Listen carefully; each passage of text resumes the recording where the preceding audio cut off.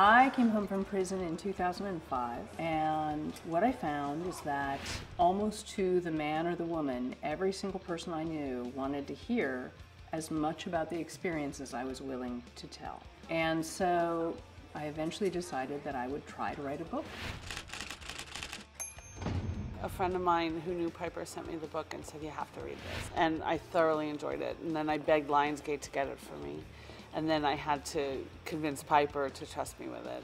And she did. I'm grateful. Her enthusiasm for the book and for the material and for the setting was so apparent, and her curiosity was voracious. I was really, really excited that she decided that it was something she wanted to bring to the screen. When I read the book, I loved the characters. There were so many stories to tell. There were characters who I don't think you could sell a series on, but Piper was the perfect entree into this world. You could take this yuppie white girl and follow her in, and through her as like a gateway drug, you can tell all these other stories as well. Hi, I'm Chapman. Yeah, that's me. I heard you might have something that I need. J. Cruz is around the corner. I'm really a big fan of Jenji's work. I think the stuff she did on Weeds was pretty extraordinary. And I really also like the idea that it was a woman's story, not in relationship to how she's reacting to being kind of pushed around by a guy. This is really like the heroine's journey. It's Piper going out and dealing with the consequences of her own actions and kind of coming into who she really is in prison. I am in here because I am no different from anybody else in here. I made bad choices. I committed a crime. And being in here is no one's fault but my own. One of the fundamental questions for me is, you know, are you the choices you made in the past or the choices you've decided to live by? Piper was this wild child in her early 20s, and those adventures fed her and were exciting for her, and then she decided to be a grown-up and settle down and have this fairly conventional, safe life. And now she's in this situation where the skills and the impulses of those early years might help her survive better. And it gets very confusing. Is she that early girl, or is she the mature woman she was becoming? And does she need to focus on the microcosm of the prison to survive, or does she need to focus on the macro of the life she's created and wants to re-inhabit when she gets out? And I think it all gets swirled around for her, and I think that's an interesting thing to look at. There's a lot of strain on their relationship, and their commitment is definitely tested.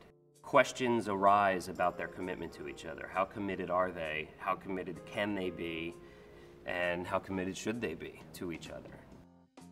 You know, the cool thing about the show is, like, even though we're in prison, it's really just about these relationships and how these women get put in this situation and they have to figure out how to survive, you know? And I think a lot of us can relate to that in different ways. You know, the world that we've created is so real and authentic that you really get the sense of what these women went through. You seem sweet. But there's rules in this place. The most important of which is, the second you're perceived as weak, you already are.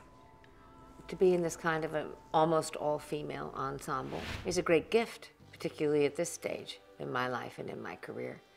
I'm watching these mostly younger women come up, and they're delightful. They're so eager to risk and try and go deep.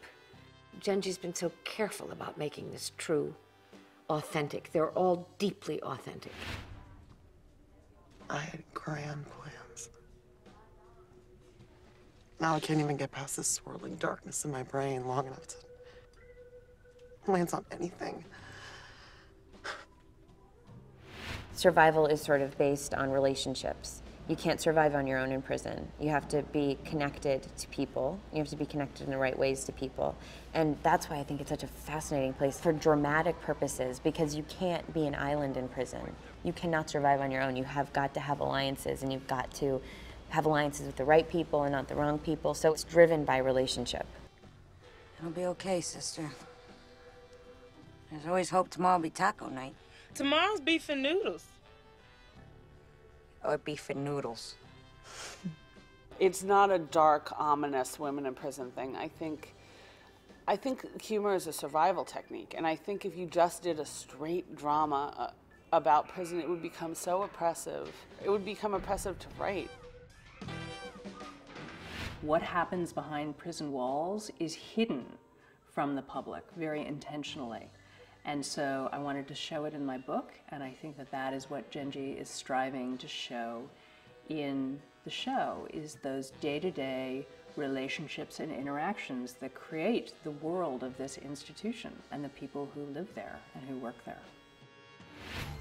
That's what I hope that people kind of find in this show, that they see these characters that are huge and different and maybe far removed from where they are in their own lives, and in those characters see their mom and their best friend and their sister and their daughters.